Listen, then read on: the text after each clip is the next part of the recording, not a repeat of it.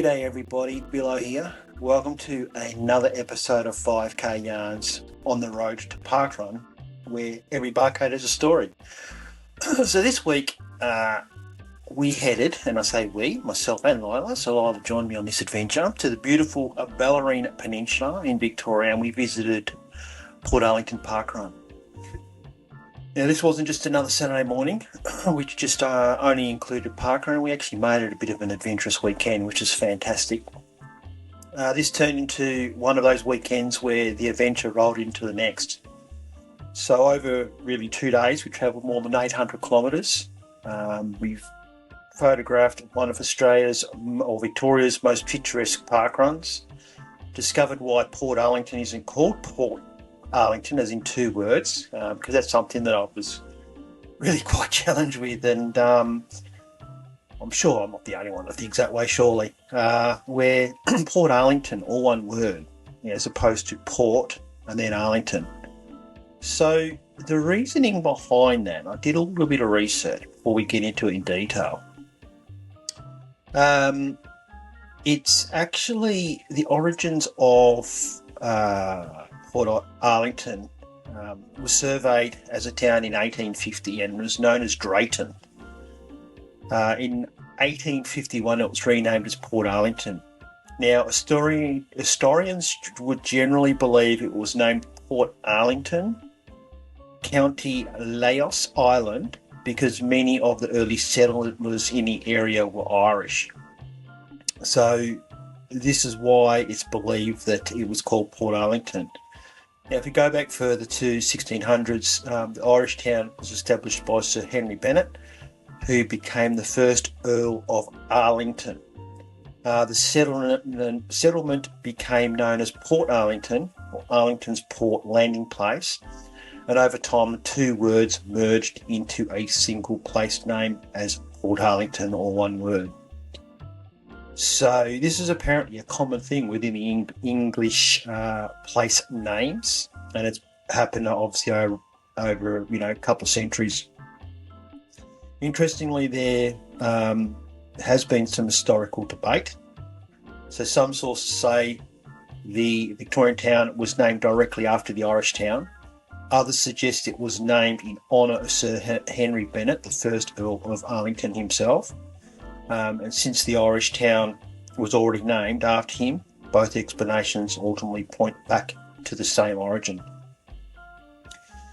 Now, this is an interesting fact I thought was quite one of those I just wanted to throw in here. So when the post office first opened in 1863, records actually show it as Port Arlington, so two words. So for a few years before, the spelling was standardised to Port Arlington, being the one word.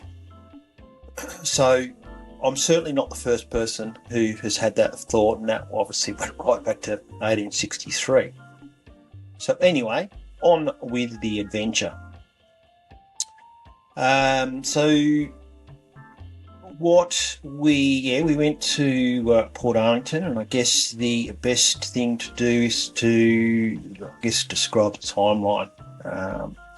So we hit the road on Friday afternoon, just after work. So leaving home, we pointed the car towards Melbourne direction, and ultimately over 400 kilometres, we finally arrived at our accommodation, and we actually stayed at the Bellarine Bayside Port Arlington, which is a caravan park with cabins.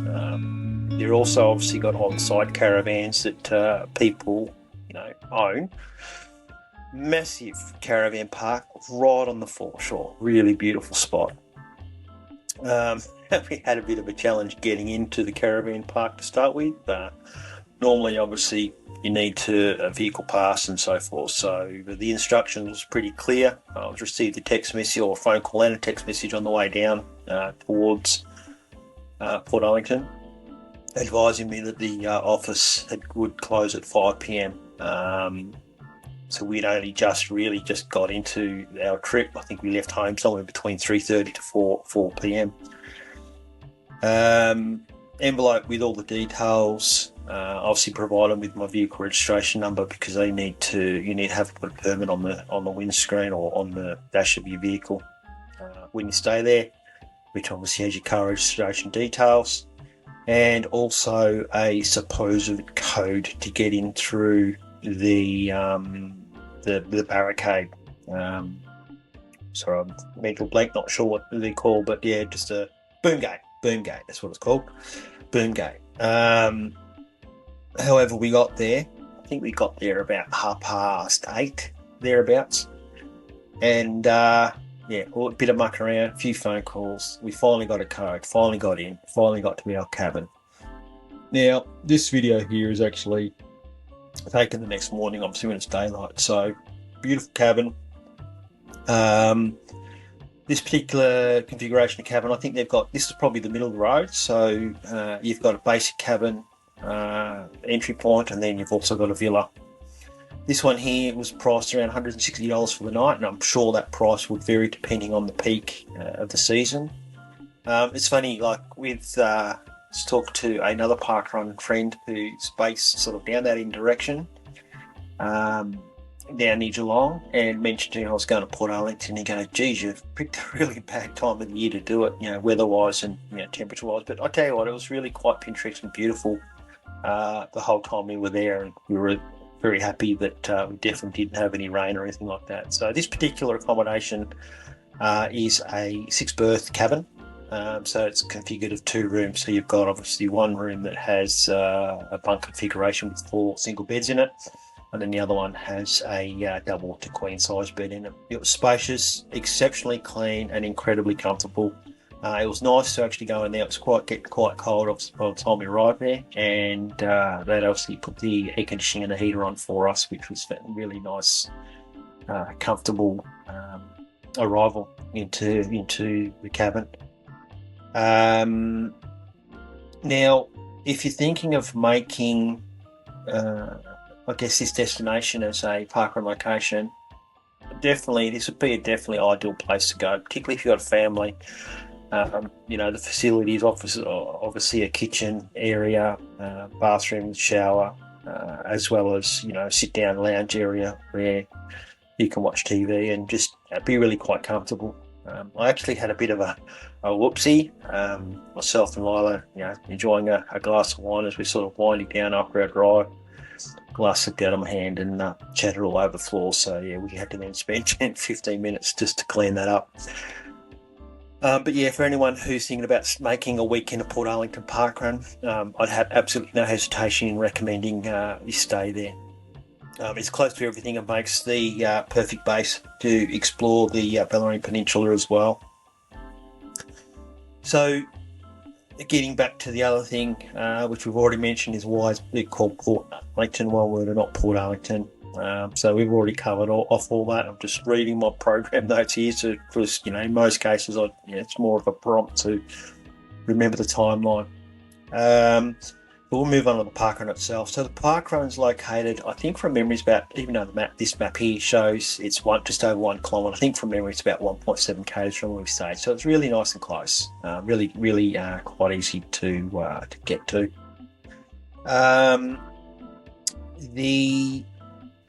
Today I actually volunteered.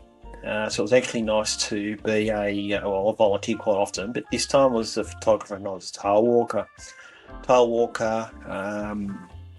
Position was already filled, and the good thing about this particular parkrun community is noted a lot of obviously locals support it, and I'd have to say most of them are sort of in there getting on to the senior years of their life. So obviously I would say that Portarlington is a big area for retirees and so forth to go, and I can see why. It's such a beautiful location. So Lila and I enjoyed walking the course together. The course itself is an out and back trail. I guess you'd call it a trail because it is on compacted gravel pretty much the whole way. I wouldn't say it's flat. I can't remember what the elevation gain was. I'd have to have a look, but I will put a note on here. And you can see it obviously in the really video, the overall elevation gain across the course. Now, for some reason, my Strava only recorded 4.5 4 kilometres, 4.5 kilometres, and I know I definitely started at the beginning and definitely, I finished at part while I passed it because I got in the car and we started driving to our brunch location when I realised. But yeah, it is a compact out and back trail. It's easy to navigate. I wouldn't say it's flat. It's a little bit challenging. On the scale for challenge, I'd have to say it's probably middle of the road. It's not easy, but it's not entirely hard either. But massive, fantastic views right across the bay, out to Cryo Bay and then out towards Port Phillip Bay. We actually even happened to, as you can see on the video, this obviously features the sort of trails that we're talking about. And definitely in this video, we actually obviously noted some seals blazing around on the rocks formation just off the coast. So that's quite special. Then on the way back, I think we were almost back actually. There's a family there. They observed some dolphins. Apparently, some dolphins out swimming in the actual bay area. So that was the other thing too, which I thought was really, really cool. Portarlington, they actually have if you're not aware, a ferry service that goes from Portarlington all the way into Docklands into Melbourne. It takes around about an hour apparently, and it's that would be quite a picturesque journey as well. So this one is really a good park run, just to be able to slow down, and if that's your vibe, you can run it as well, obviously. But I'm really beginning to enjoy the actual walking component, particularly tail walking. But with this one, just capturing some really nice images from this park run location. Going out, obviously you've got 100% water views on your left going out, and coming back's on your right. So if it's any other configuration, then you're obviously doing it all wrong. So look, I've got to say that sometimes as I've already said, the best park runs aren't the ones that you're actually chasing PBs at. So it's definitely one where you can appreciate the scenery and the people as well. That was good. So the next stop for us was obviously brunch breakfast, and on the way in actually we got our startup coffee at the Portarlington Bakehouse, and just the presentation, as you can see from these photos in their display case, it just made your mouth water. And I tell you what, those bee stings. Oh, I really, really wanted one, but on the same token, it's like, nah, got to be good, because I don't know what I'm going to be eating later and that type of thing. But definitely really enjoyed our brunch there. So we both had a toasty, egg, bacon, cheese toasty, and that was really quite enjoyable, along with our dirty chai. Now, dirty chai, I'd have to say it wasn't really a dirty chai. It was probably more of a mocha than a dirty chai, but anyway, it was still hot, still went down okay, and still tasted okay. But, in the back of your mind, when you're sort of thinking, oh yeah, this is what I really want, and, you get a little bit disappointed from not receiving what you really wanted. But anyway, no point complaining, because other than that, the place had a really nice, so the Portarlington Bakehouse, a really nice old feel school bakery theme. Fresh bread, amazing pastries, and definitely friendly staff, and just the way they were in sync, that our meal came out at the right, and came out, or our toasties came out, and then pretty much straight away our coffees were there as well. So there was no sort of lag between getting your coffees and getting your actual main meal. So definitely a stop and worth putting on your parkrun itinerary. And if you have obviously done Portarlington Parkrun and you've actually attended this Bakehouse, I'd like to get your thoughts, and also obviously just give some comment around other suggestions you could leave there for people to be able to go and visit. Portarlington is obviously very much a touristy town, lots and lots of holiday houses, but there's also obviously plenty of people that reside there too. I mean, and obviously with the ferry access to Melbourne, as well as not really it's a short distance to Geelong too, so wouldn't surprise me if people definitely live there Monday to Friday type scenario, or live there all the time really, 24/7, and work at those other destinations. So originally our plan, once we finished all this, was to just go for a drive around the Bellarine Peninsula. So we started off, headed down towards Queenscliff. The plan was to come back along the coast to Ocean Grove, Barwon Heads, and then making our way back to Melbourne via Geelong. But the good thing about it is the plan actually changed. As we were driving into Queenscliff, I actually said to Lila, you know what, I reckon we'll catch the ferry across to Sorrento. But while we're waiting for the ferry, let's go and get some fish and chips for lunch. You know, that's what you do when you're on the coastal environment, isn't it? You have fish and chips. So yeah, we had a nice fish and chip meal as we waited for the ferry to come in, and then ultimately for people to get off from that other end, and then for us to then board with the vehicle. So yeah, we drove to obviously Queenscliff, we grabbed our fish and chips, and we enjoyed the ferry, and obviously the seagulls come in wanting their fair share of fish and chips, and this one here was particularly noisy. I could say something about that, and I did actually post something on my social media about it, but I don't think really many people picked up on that, but that's what was. Anyway, go and check it out.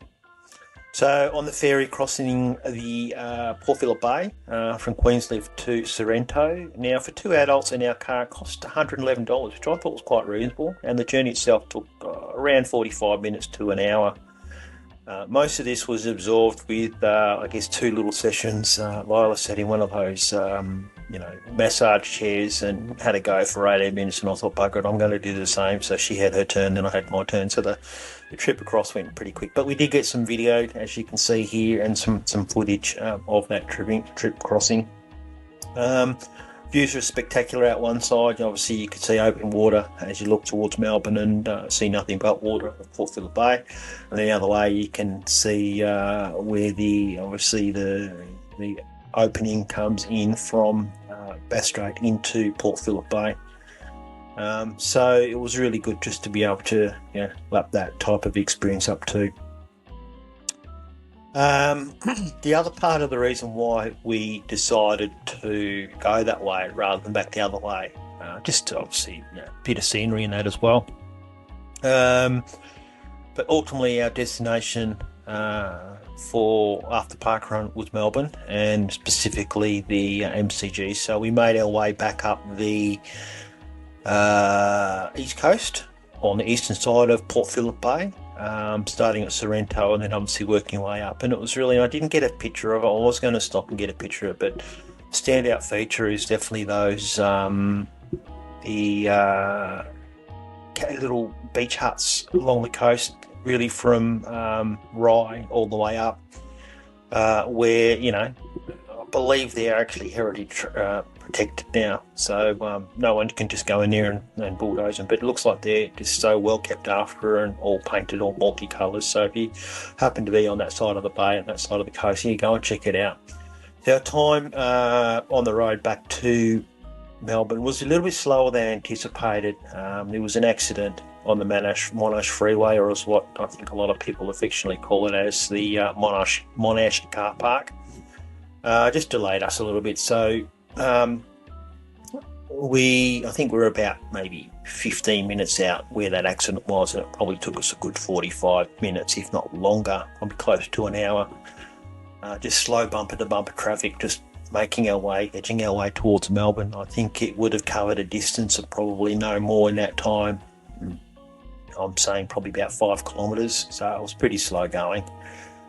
Then came the next challenge, was trying, because at this stage of the time the ball up was going on at the MCGs, so both Lila and I again were going there to support our respective teams. Lila is a Collingwood Magpies fan, I'm a Richmond Tigers fan, and so getting a car park was the next challenge, and I don't know, we just fluked it somehow that we got a really good park, just parked and walked across near Jollymont there, across the railway lines into the MCG to see our beloved Collingwood v Richmond. So once we got in there, the next challenge was to then find our spots where we were sitting, and thankfully, the job that I work at, company has a pretty long standing history with providing services and work for the MCG going back a good 50 years. So as a part of an employee, we do get an allocation of tickets, which is fantastic, and decided to take that opportunity up and attend the Collingwood v Richmond game. But yeah, so we finally got into our seats, and it was a really fantastic view, as you can see from this video segment. So we really only missed about 10 to 15 minutes of the first quarter, which, was half a quarter. But by then, the momentum was going pretty well, and the score was pretty close. And, as you do with footy, one of us is, in that scenario, one of us is going to go away happy at the end, not the other one. Well, that was me. Richmond didn't end up winning, but it was definitely an enjoyable environment, and it's quite an interesting scenario because I think Richmond and Collingwood have been rivals for ever since the existence of VFL, AFL. So it was actually good to be there, and the atmosphere definitely was electric. And I think there was about 69,000 supporters there at the game, which was really good. And started to get a bit cold, so I think we were looking forward towards the end of the game and getting back in the car and pointing the vehicle back in a home direction, northerly direction. So getting out of the MCG and back on the highway, heading back towards home. Relatively easy process. Took a wrong turn here and there, but Melbourne's pretty well laid out. It's pretty easy to get back on track these days. So, with a couple of 100 Ks, 300 Ks really, over 300 Ks, head back to home. And, a bit of a stop for something to eat at Wallen. We had a bit of diverse, weather conditions from fog to clear, but up our end of the highway, it was perfectly clear, starry sky. So it was such a nice drive to be able to get back. Finally put in our driveway at home at 11 o'clock, so it was an enormous day, very enjoyable, adventurous, ticks all the boxes, park run. Was able to obviously enjoy a good breakfast, I've got to say the adventure sometimes, better off not to have a plan and just change it on the fly, and that's exactly what we did, obviously with the inclusion of the ferry crossing from Queenscliff to Sorrento. Some fantastic memories made along the way, and it's something that both myself and Lila, we do love about parkrun tourism, is that you can actually make it a big adventure. So it's not just the 5Ks. It can ultimately be, a whole day, a whole weekend, even a week. You could make when people sort of look at you and you think, well, you do all that just for 5Ks. Well, it's more about the entire package than just the park run itself. So one Barcode can definitely become an entire weekend adventure, and it can introduce you to places that I've previously mentioned that you wouldn't probably put on your travel itinerary if there wasn't a park run there, because you do get to meet some really nice people, really fun, encouraging environment to be in. Just the places you see and the memories that you forge along the way. It's definitely enjoyable. So if you've enjoyed coming along on this ride with me, I'd appreciate you liking this video, subscribing to the channel, and then also sharing your thoughts. Love to hear your thoughts around whether you've done this park run before. If not, definitely would love to get your thoughts on that. So until next time, keep exploring, keep adventuring, keep supporting your local park runs, but also there's plenty of other park runs out there, and I'm hoping these videos certainly give you a presentation of that. So that barcode will get you across the finish line, but it's the people and the places and the stories that make the journey unforgettable. So I'm BILLO. Until next parkrun day, thanks for watching.